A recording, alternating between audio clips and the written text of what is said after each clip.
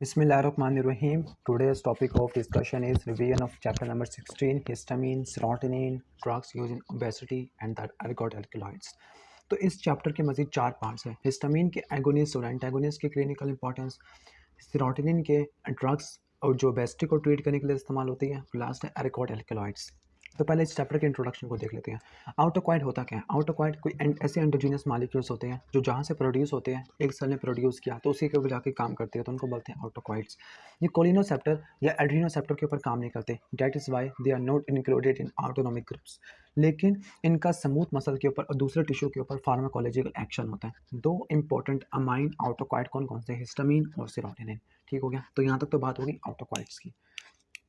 यहाँ तक हमने आउटोक्वाइड्स की बात होगी। इसके बाद ड्रग्स यूज इन ओबेसिटी। जो ओबेसिटी के अंदर जो ड्रग्स यूज़ होती है उनका स्मूथ मसल के ऊपर ज़्यादा एक्शन नहीं होता, लेकिन इनकी कुछ प्रॉपर्टीज़ कॉमन होती है हिस्टामिन और सेरोटोनिन वाले ग्रुप के साथ। इसके बाद है ergot alkaloids. Ergot alkaloids heterogeneous groups हैं, लेकिन ये ऑटोक्वाइड नहीं होते, मतलब जहाँ से प्रोड्यूस होती है वहाँ पे जाके काम नहीं करते, बल्कि कहीं और पे जाके काम करते हैं।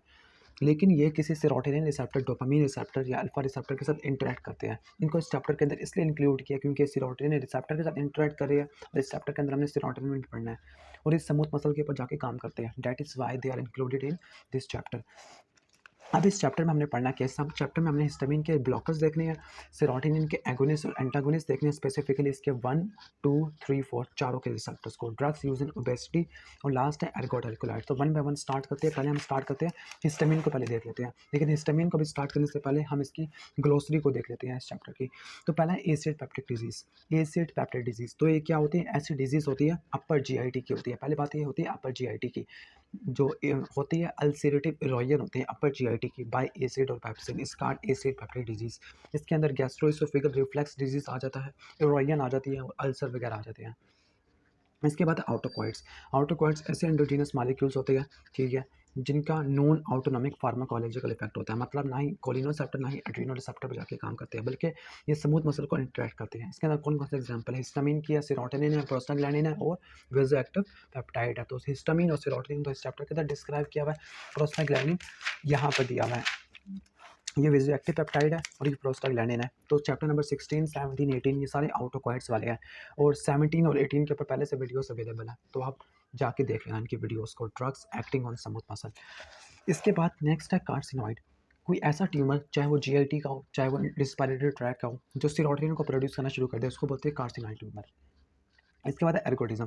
एर्गोटिज्म एक डिजीज़ का नाम है जिसमें आप एर्गोट एल्कलॉइड को ज़्यादा खा लेते हैं। और एर्गोट एल्कलॉइड, एर्गोट ऑफ राई आपने सुना होगा, एर्गोट की एक फंजाई है, ठीक है, फंजाई है और ये एपिडेमिक होती है, मतलब किसी स्पेसिफिक जियोग्राफिकल लोकेशन के तरह ज़्यादा कॉमन होती है।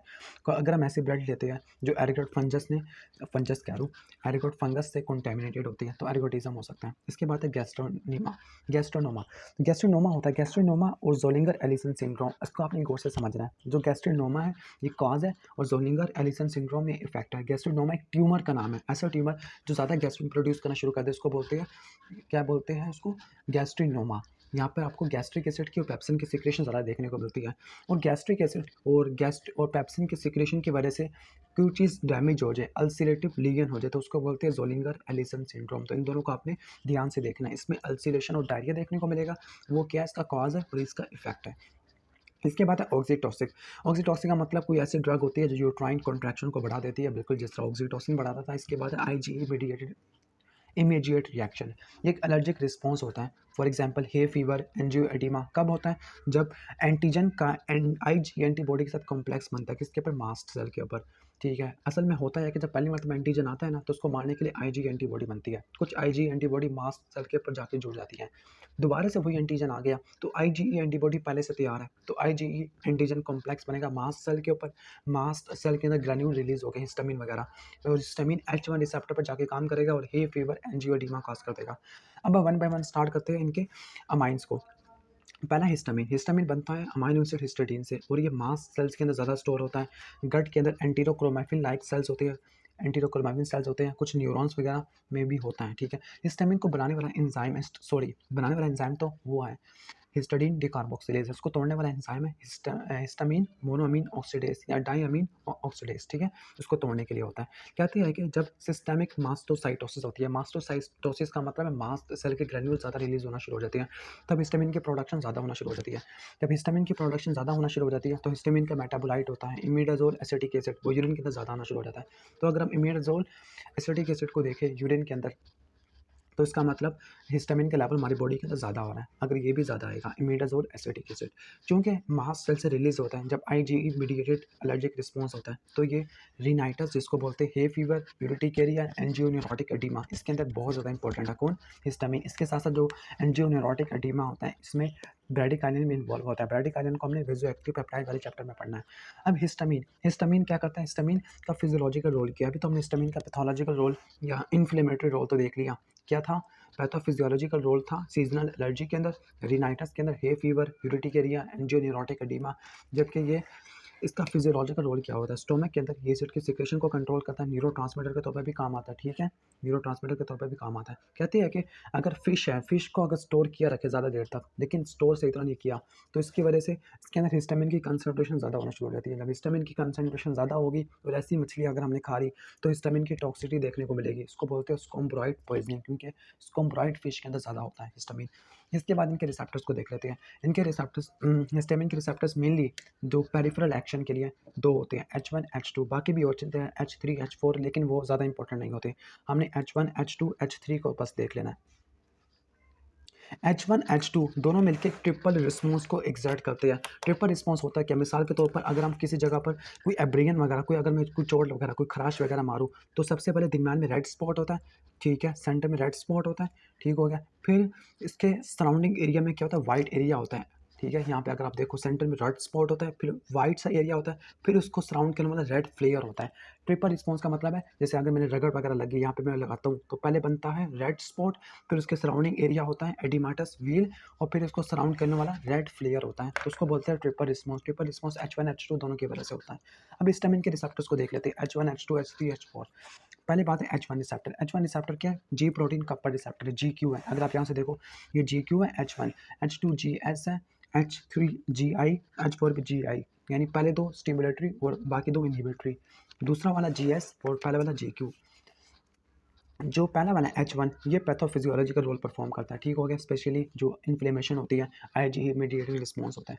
अब ये GQ के जरिए काम करता है, मतलब इनोजिडोल ट्राइफॉस्फेट IP3 डैग सिस्टम के जरिए काम करता है।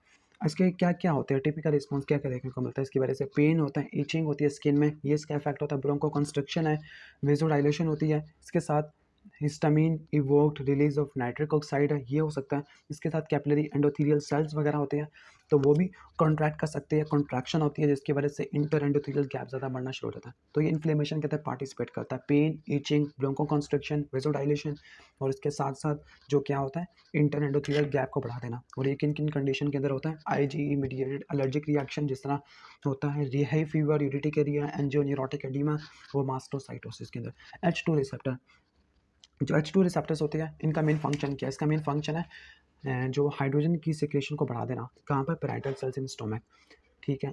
इसका साथ साथ इनका कार्डिक स्टिमुलेंट इफेक्ट भी है, मतलब इनोट्रोपिक को बढ़ा देते हैं। तीसरा एक्शन क्या है, तीसरा एक्शन ये है कि मास्ट सेल से हिस्टामिन की रिलीज को कम से कम कर देते हैं, और ये काम करता है GS के जरिए, तो उसके तीनों फंक्शन आपको आने चाहिए। H3 receptor, H3 receptor mainly involve होता है perisynaptic modulation, for example ये पेरी साइनेप्टिक न्यूरॉन है, ठीक है, और ये पोस्ट साइनेप्टिक न्यूरॉन है, तो प्री साइनेप्टिक न्यूरॉन पर जाके काम करता है, वहाँ पे उसको रिलीज को ब्लॉक करता होता है, कंट्रोल करता होता है। फूड इनटेक को, बॉडी वेट को भी कंट्रोल करता होता है, ठीक है, यानी जो H3 होते हैं ये एपिटाइट को सप्रेस करते होते हैं। पेरिफ्री के ऊपर देखा जाए तो पेरिफ्री पर ये मॉड्यूलेटर के तौर पे काम आता है, मतलब ये हीटरो रिसेप्टर के तौर पे काम आता है, दूसरे न्यूरोट्रांसमीटर की रिलीज को कंट्रोल करता है। इसके बाद है H4।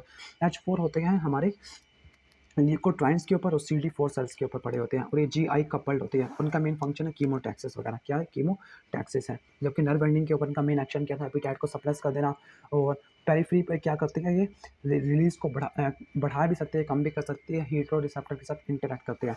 अब हिस्टामिन के कोई थेरापेटिक एप्लीकेशन नहीं होती, लेकिन जो उसके एंटागोनिस्ट होते हैं, जो उसकी ड्रग्स होती है, जो उसके रिसेप्टर को ब्लॉक करती है, वो ज़्यादा इंपॉर्टेंट होती है, स्पेसिफिकली H1 H2, लेकिन H3 और H4 का कोई एंटागोनिस्ट इतना इंपॉर्टेंट नहीं है। अब स्टार्ट करते हैं हिस्टामिन H1 एंटागोनिस्ट, हिस्टामिन के H1 के एंटागोनिस्ट। पहले मैं इसको थोड़ा छोटा कर लूँ, हाँ। अब कहते हैं कि जो H1 ब्लॉकर्स होते हैं इनके दो टाइप के होते हैं। पहला था ओल्डर फर्स्ट जनरेशन और दूसरा था सेकंड जनरेशन जो न्यूअर ड्रग्स थी। जो ओल्डर था फर्स्ट जनरेशन थी, इसमें कौन कौन सी आती है?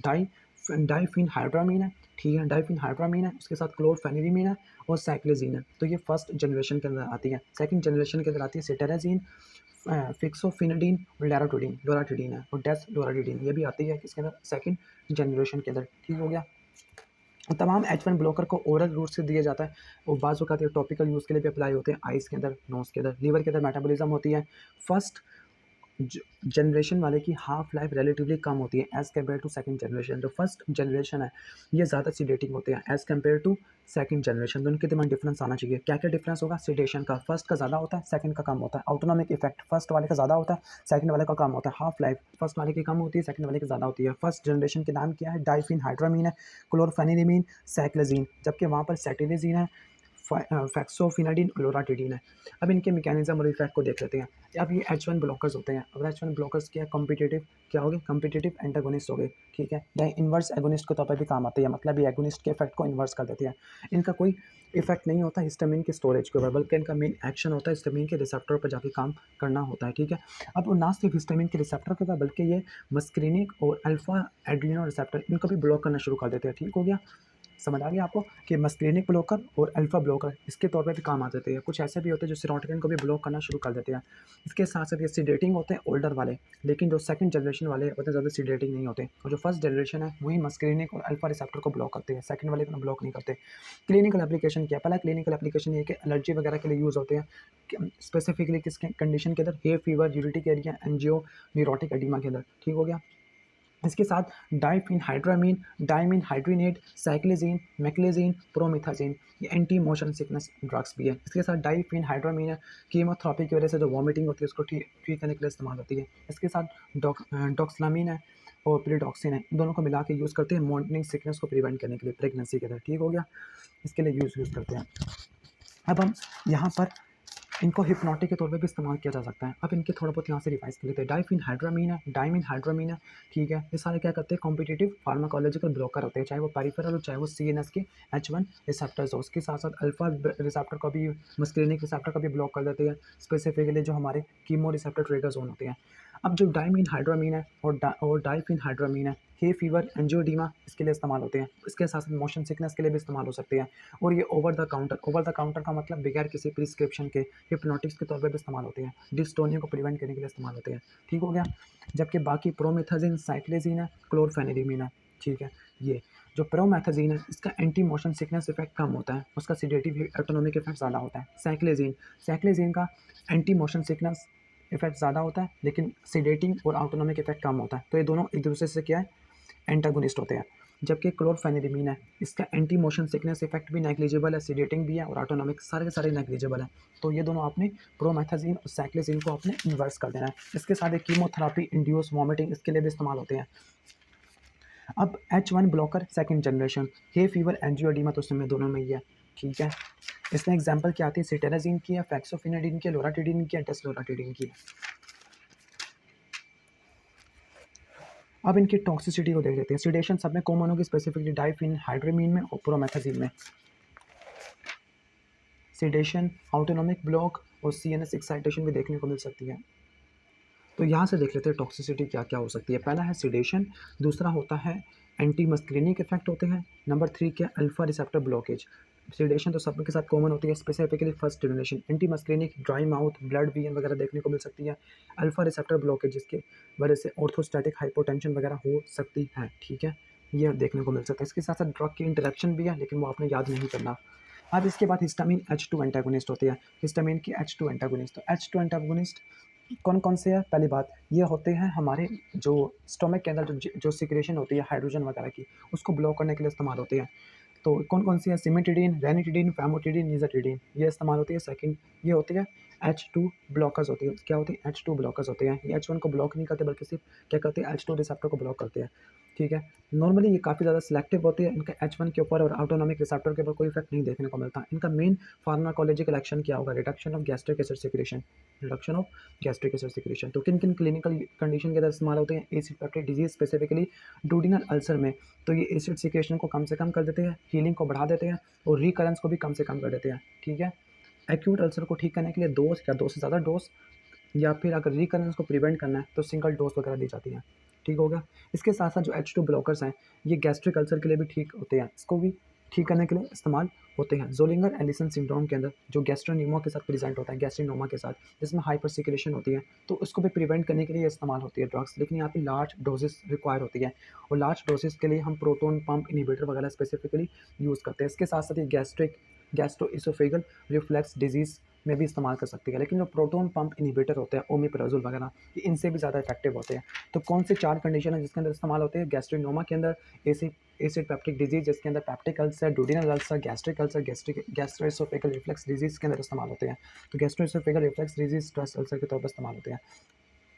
अब इनका इंटरेक्शन क्या होगा? कहते हैं कि जो सिमेटिडीन है दूसरे ड्रग के साथ इंटरेक्ट करती है, जिसकी वजह से आपको एडिटिव इफेक्ट देखने को मिल सकता है, टॉक्सिसिटी देखने को मिल सकती है, ठीक है। यहाँ से देख लेते हैं।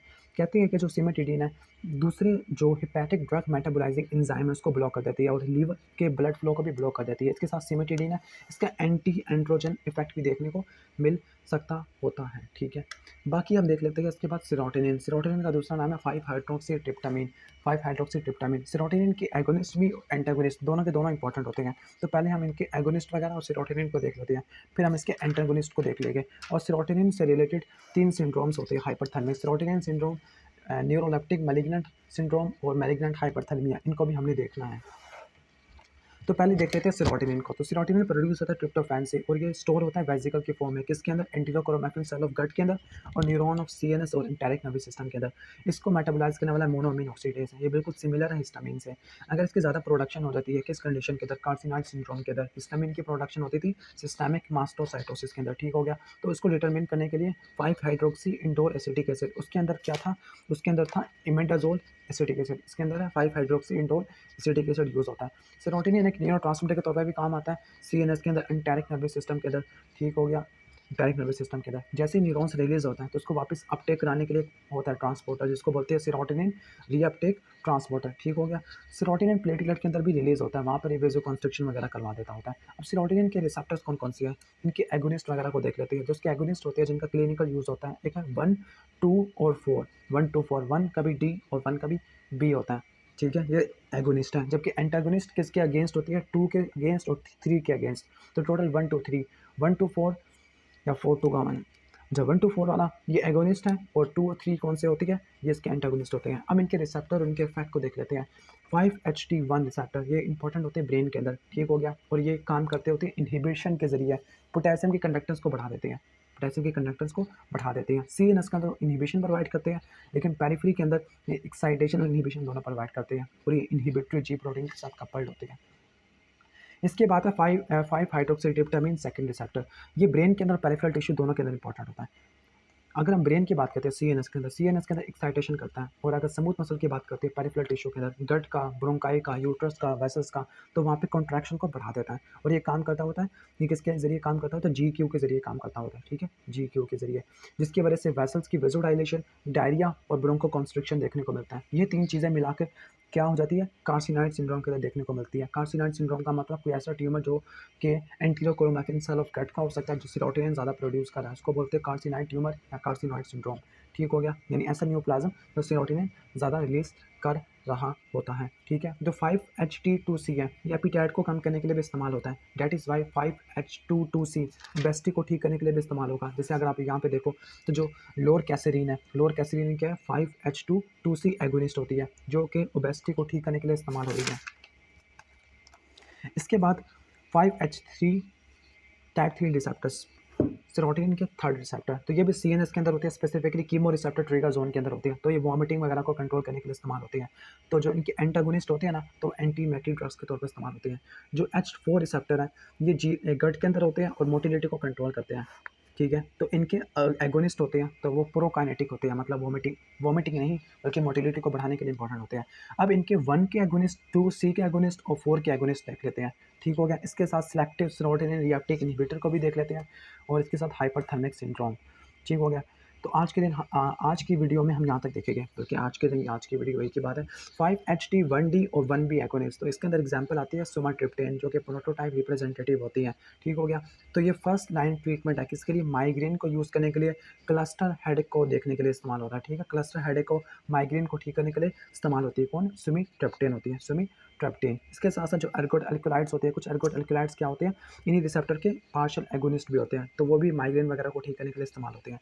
माइग्रेन वगैरह को ठीक करने के लिए इस्तेमाल होते हैं। यहाँ पे एक न्यूरोट्रांसमीटर भी इन्वॉल्व होता है माइग्रेन के साथ, उसका नाम है कैल्सिटोनिन जी रिलेटेड पेप्टाइड, लेकिन उसका मैकेनिज्म अभी तक अंडरस्टूड है नहीं है।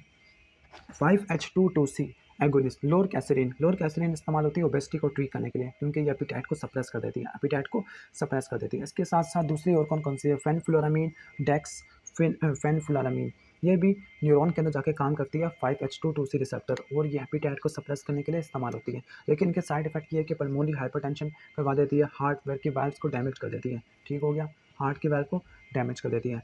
ठीक है, इसके बाद नेक्स्ट हम देख लेते हैं 5H24 पार्शियल एगोनिस्ट। तो इसके अंदर आती है टीगासिनोड है। टीगासिनोड क्या होती है?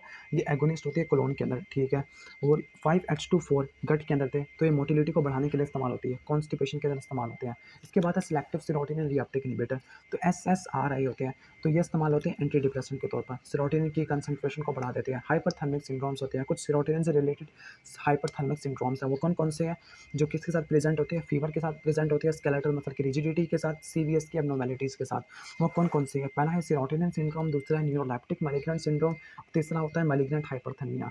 अब जो सेरोटोनिन सिंड्रोम है, मतलब सेरोटोनिन ज़्यादा हो गया, तो वो किन किन कंडीशन के अंदर देखने को मिल सकता है? जब आपने SSRI ज़्यादा यूज़ कर लिया या second generation anti depressant use कर लिया, ठीक है, इसके अंदर भी होता है। मोनोअमीन ऑक्सीडेज इनहिबिटर यूज़ कर लिया, लिनोजोलाइड यूज़ कर लिया, ट्रेमाडोल है, मेपेरिडीन है, फेंटेनाइल है, ओडेंस्टेट्रोन है, सुमेट्रिप्टेन है, MDMA है, LSD है, ये एल्गोट एल्कलाइड है, सेंट जॉन वॉट है, गिनसेंग है। सिर्फ आपने शुरू के 3-4 याद कर लो, SSRI, anti depressant, monoamine oxidase. अब इसकी क्लिनिकल प्रेजेंटेशन क्या होगी? इन सब में क्या होगा? हाइपरथर्मिया होगा, इन सब में मसल की रिजिडिटी होगी, हाइपर रिफ्लेक्सिया होगा, ट्रेमर होगा, क्लोनस होगा, हाइपरटेंशन होगा, बोवल साउंड हाइपर एक्टिव होना शुरू हो जाएगी, डायरिया वगैरह होना शुरू हो जाएगा मोटिलिटी के ज़्यादा होने की वजह से। इसको ठीक करने के लिए सीडेशन वगैरह जो बेंजोडाइज़ेपिन प्रोवाइड करती है, पैरालिसिस क्योंकि स्केलेटल मसल की रिजिडिटी है, इंट्यूबेशन वेंटिलेशन को मेंटेन करने के लिए, क्योंकि रिस्पायरेटरी सिस्टम को भी तो मेंटेन करना है। न्यूरोलेप्टिक मैलिग्नेंट सिंड्रोम, अगर D2 ब्लॉकिंग एंटीसाइकोटिक ड्रग्स ज़्यादा यूज़ करी तो हमें ये देखने को मिलेगा। तो उसको ब्लॉक करने के लिए इसको ठीक करने के लिए क्या दोगे आप? डोपामिन के एगोनिस्ट वगैरह देना शुरू कर दोगे, कूलिंग वगैरह। तीसरा है मैलिग्नेंट हाइपरथर्मिया, जो आपने स्केलेटल मसल रिलैक्सेंट वाले चैप्टर के अंदर पढ़ना है, जो सक्सिनाइलकोलिन या वोलेटाइल एनेस्थेटिक के ज़्यादा यूज़ की वजह से हो सकता है। इसकी प्रेजेंटेशन क्या होगी? हाइपरथर्मिया, मसल रिजिडिटी, हाइपरटेंशन देखने को मिलेगी, और उसको ट्रीट करने के लिए डेंट्रोलिन या कूलिंग करेंगे। तो ये हो गया बेसिक ओवरव्यू, बाकी हम नेक्स्ट वीडियो में कवर करेंगे।